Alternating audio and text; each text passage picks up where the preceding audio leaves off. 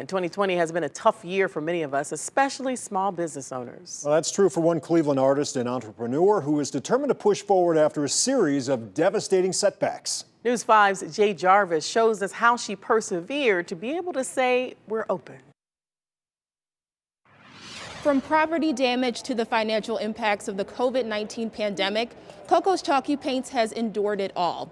But instead of giving up, Coco decided to reinvent herself and her business with her own unique and artistic flair. He's paint pouring. There you go. Art is in Hikeia Coco Dixon's DNA. Growing up very poor, we had to be creative. And with my mom, she was so creative, always putting different additives or different paints inside the paints. Instead of buying furniture, Coco and her 5 siblings would find pieces and fix them up together. So that's how I started, like really, painting the furniture.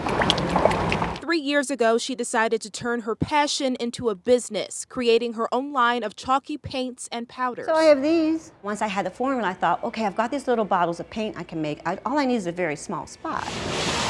That spot, 400 square feet inside the 5th Street arcades, then expanding into the 15,000 square foot basement underneath, complete with an event space. But then came a series of curveballs, the first coming in February. We all heard this loud boom, and I was like, it sounded like a bomb had set off.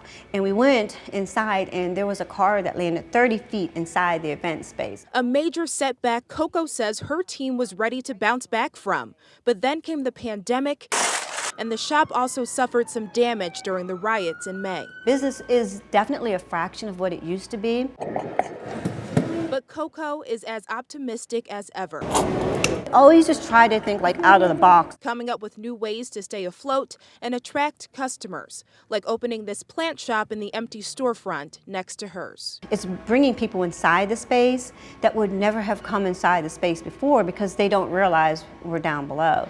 Also, never losing sight of the passion that led her here in the first place. During my painting of the furniture and my constant painting, it relaxes me, it calms me, and it reassures me. I love it.